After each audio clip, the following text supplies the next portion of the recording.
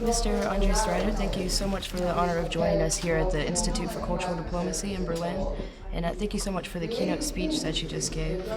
We'd just like to take some time to ask you a few questions on some salient issues and get your opinions on a few things. Okay.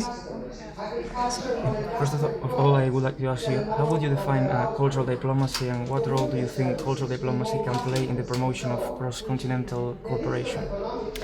For me, it's difficult to define cultural diplomacy. I would define it, let's say, the role in a way of cross-sectoral cooperation to, let's say, to moderate processes, to moderate international, and to improve, let's say, international communication between different partners.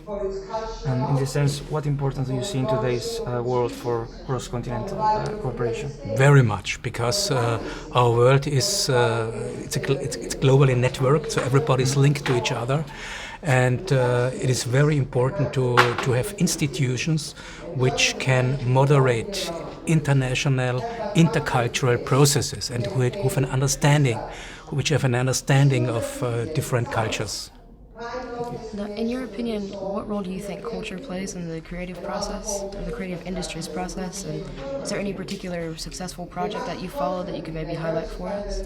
The culture plays a very important role in a creative industry. First, as far as branding tool, as far as the image is concerned. Yeah, if you think it, famous places like New York or others, they have a lot to do with culture. So culture is always let's say, it's strengthen local identity, cultural identity, and it's a good ambassador of regional life. Therefore, but I think we should define the word culture in a much broader sense. Culture for me means daily culture, which means food, agriculture, lifestyle. This belongs to a culture too, and this is something very interesting, because if you go to a foreign country, you want to get to know how do the people live. So it has a lot to do with, let's say, with identity. Yeah, and identity is the most important thing we have. Exactly. The economic crisis has negatively affected numerous companies in small and large industries throughout the world. How do you see future market trends? That's right. The economic crisis has negatively affected many enterprises. But what is interesting, that small enterprises, they're very flexible. More than the large ones. I think we have a polarization. There are a handful of large companies, especially in the IT sector, like Google, Facebook, whatever, who will have an important part in the future too.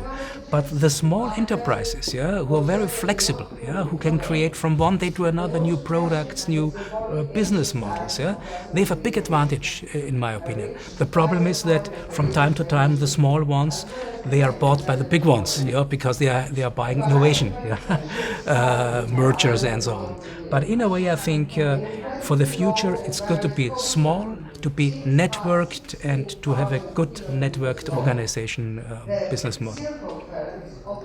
Which sectors of the social state do you think could be improved in order to reach the benefits of creative economies? Many. Educational sector, for example. If you think how can we improve education via creative tools, social innovation. We need a lot of social innovation facing an aging society. So how can we improve the living between the intergenerative living between old and young people? So you need creativity for social processes too, especially if you have if you think of the social gaps in many of our countries. So creativity is a cross-sectoral phenomenon.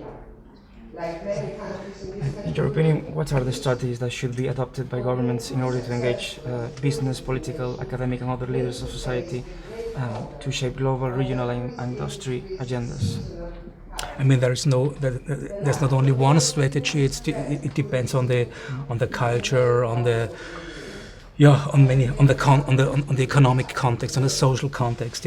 But anyway, I think what a modern strategy of government should focus on is to improve a cultural life, to improve a lifestyle where young people can afford the life, where you can improve creativity, where you can improve culture, because facing the fact that culture and creativity has a lot of influence on all the other sectors of design and on others.